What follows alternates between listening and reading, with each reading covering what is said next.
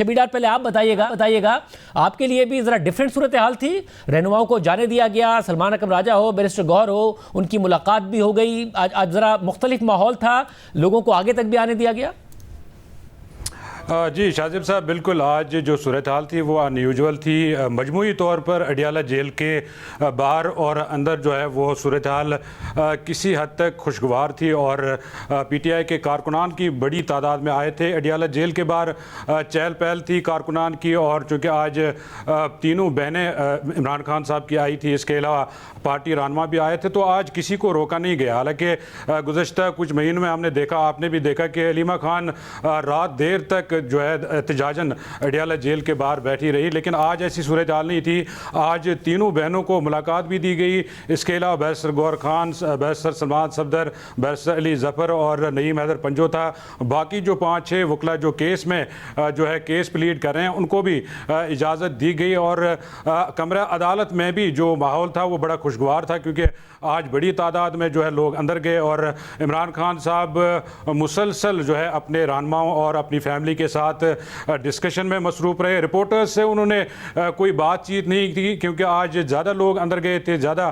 لوگوں کو ملاقات کی اجازت دی گئی، لہٰذا ان کا زیادہ ٹائم جو ہے اپنی فیملی اور وکلا کے ساتھ ہی گزرا ہے۔ اور کمرہ عدالت میں بھی کوئی آج ریسٹرکشن نہیں تھی، جس طرح معمول کے مطابق عمران خان صاحب اپنے فیملی کارنر تک محدود ہوتے ہیں یا روسٹم تک محدود ہوتے ہیں، آج وہ کمرہ عدالت سے باہر ایک لان ہے چھوٹا سا، اس میں بھی 2 مرتبہ آئے، بشرا بی بی بھی باہر 2 مرتبہ آئی، تو اوورآل ایک جو انوائرمنٹ تھی وہ بہت اچھی تھی، خوشگوار تھی، اور عمران خان صاحب بھی اس پر خوش تھے اور ان کی فیملی بھی خوش تھی۔ لیکن جو اندر ڈسکشن ہوئی ہے پارٹی رہنماؤں سے، خاص طور پر بیرسٹر گوہر خان، سلمان اکرم راجہ اور علی ظفر سے، اس کی جو معلومات ہم تک پہنچی ہے، اس میں عمران خان صاحب نے 2-3 فیصلے سنائے۔ ایک تو علامہ راجہ ناصر عباس کو انہوں نے سینٹ میں اپوزیشن لیڈر نامنیٹ کیا ہے، اس کے علاوہ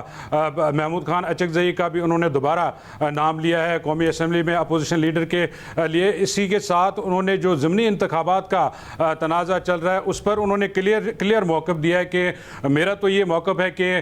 جو انتخابات میں اگر ہم جاتے ہیں تو ہم ان ضمنی انتخابات کو لیجیٹیمائز کریں گے، اس سے ہمیں کوئی فائدہ نہیں ہے، بلکہ اس سے پارٹی کا الٹا نقصان ہی ہے۔ اور آپ حیدر شاہ جی آپ بتائیے گا، پارٹی کے اندر کے ذرائع کیا کہہ رہے ہیں؟ اب کیا اعظم سواتی مائنس ہو گئے، علامہ راجہ ناصر عباس صاحب آگے آ گئے، اور جو لیڈر آف دی اپوزیشن قومی اسمبلی میں ہے اس کے لیے اچکزئی صاحب ہی ہوں گے، کیونکہ پارٹی کبھی کچھ بیان دیتی ہے کبھی کچھ بیان دیتی ہے؟ پارٹی کے ذرائع آپ کو کیا بتا رہے ہیں؟ دیکھیے، پاکستان تحریک انصاف کے رہنما یہ بتا رہے ہیں کہ قانونی معاملات کو دیکھتے ہوئے اگر شبلی فراز اور عمر ایوب نہیں رہتے تو ان کے بجائے محمود خان اچکزئی، اور اب چونکہ علامہ ناصر عباس کا نام آیا ہے تو یہ دونوں ہوں گے۔ ان دونوں کے نام کے حوالے سے یاد رہے کہ جو توشہ خانہ کی سماعت اس سے قبل گزشتہ ہفتے ہوئی تھی، چند دن قبل ہوئی تھی کیونکہ درمیان میں ایک وقفہ ہو گیا تھا، تو اس سماعت کے موقع پر بانی پی ٹی آئی نے پہلے ہی سے یہ فیصلے کیے تھے، اور اس حوالے سے مشاورت ان کے ساتھ ہوئی تھی، جن کے بارے میں یہ معاملات سیاسی کمیٹی کے سامنے رکھے گئے۔ تو یہ بانی پی ٹی آئی ہر ملاقات میں اگلے چند ماہ کے حوالے سے فیصلے کرتے نظر آ رہے ہیں، اور پارٹی کے اندر سے ہی یہ ہمیں بتایا گیا ہے کہ بانی پی ٹی آئی نے ملاقاتیں نہ ہونے کی وجہ سے پہلے ہی سے پارٹی ارکان کو کہا تھا کہ پارٹی کے اندر پی ٹی آئی کے متعدد رہنما 9 مئی کے کیسز میں اس وقت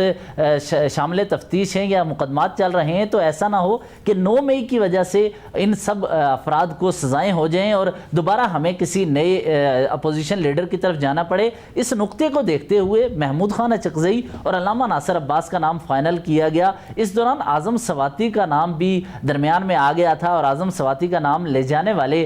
پارٹی کے ایک سینئر رہنما نے ان کے حوالے سے دعویٰ کیا ہے کہ اعظم سواتی کے پر سیاسی کمیٹی یا مرکزی جو کور کمیٹی